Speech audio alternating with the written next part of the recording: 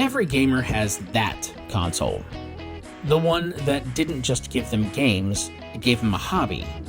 For me, that console was the Nintendo Entertainment System.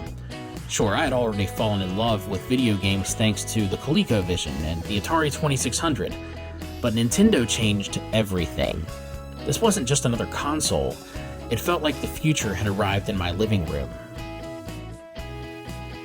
Long before I had my own Nintendo, I already knew exactly what one looked like. That's because my cousin had one, which meant every time I visited his house, there was Mario, Duck Hunt, and hours spent trying to prove who was the better shot with that orange zapper. Looking back, it's funny how revolutionary those games felt. Today, Duck Hunt lasts a few minutes. Back then, it could entertain us for an entire afternoon. My cousin also had Nintendo's strangest experiment, R.O.B, the robotic operating buddy. Now, in theory, this robot was supposed to help you play games like Gyromite. In reality, he was incredibly slow. So slow that my cousin and I quickly came up with a better solution. One of us simply became the robot. We'd manually open and close the red and blue doors while the other person actually played the game. His sister insisted we were cheating. She was probably right. We didn't care. Eventually, Christmas morning arrived and suddenly I had an NES of my own. Mine came with something a little different. Instead of just Super Mario Bros. And Duck Hunt, I also got the Power Pad. If you've never seen one, imagine Nintendo trying to invent the Wii about 20 years too early. You were supposed to run in place to control your athlete during world-class track meet. It was actually pretty fun, at least until the computer made you race against someone named Cheetah. At that point, my friends and I discovered something. Your fists could run faster than your feet. My mom said we were cheating. Again, she was probably right. Again, we didn't care. Once both my cousin and I owned Nintendos, our game libraries became one giant shared collection. Sure, there were games both of us absolutely had to own. Teenage Mutant Ninja Turtles 2, the arcade game, comes immediately to mind. But for everything else, we traded. That meant I got to experience classics like Contra, Double Dragon, Tetris, even The Karate Kid, a game I loved as a kid despite learning years later that apparently people hated it. Funny how childhood memories can completely ignore review scores. The first game I ever remember buying with my own money was Metroid. Christmas money, Toys R Us, day after Christmas. Perfect. What I remember most isn't just the game itself. It's the fact that there wasn't an internet. No YouTube walkthroughs, no Google searches, no online maps.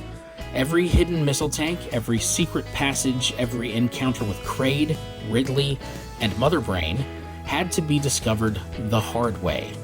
And honestly, I think that made finally beating the game feel even more rewarding. Well, mostly the hard way, because I also had a subscription to what may have been the greatest gaming magazine ever published, Nintendo Power. Every issue felt like Christmas morning. Strategy guides, cheat codes, maps, upcoming releases, rumors. It was the closest thing our generation had to the internet. And yes, it's where I first discovered the legendary Justin Bailey password for Metroid. If you know, you know. Games weren't cheap, so buying one every month wasn't realistic. Thankfully, my dad loved taking us to rent movies on the weekends. While he browsed the movie shelves, I headed straight for the video game aisle. Honestly, those rental shelves were magical. There was always something new to discover. Sometimes you'd get lucky. Sometimes your weekend was ruined because someone else had already rented the game you wanted. Which brings me to Super Mario Bros. 3.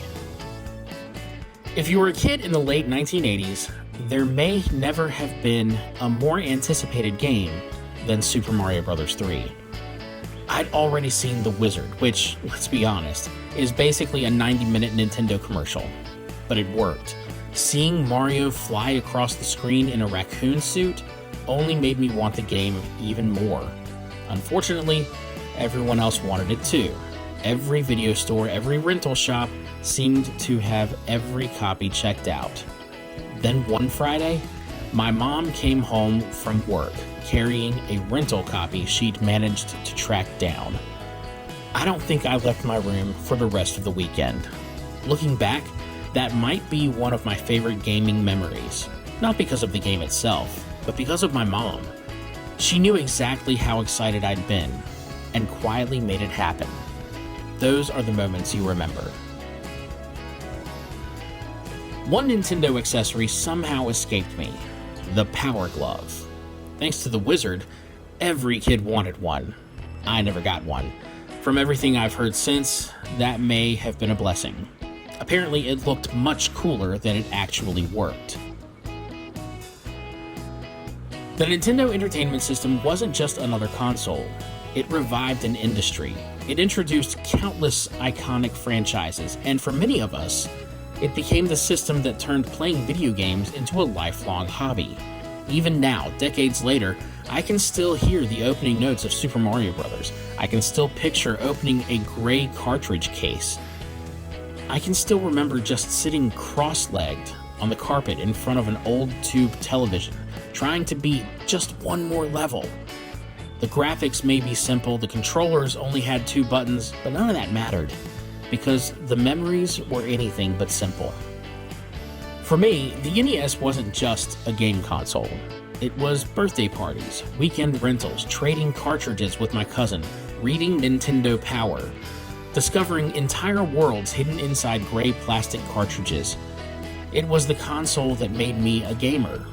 And honestly, I don't think I'd be making videos like this today if Nintendo hadn't put that little gray box under my Christmas tree all those years ago. So now, I want to hear from you. What was your first Nintendo memory? Was it Mario, Zelda, Metroid, Contra? Or was another game responsible for making you fall in love with gaming?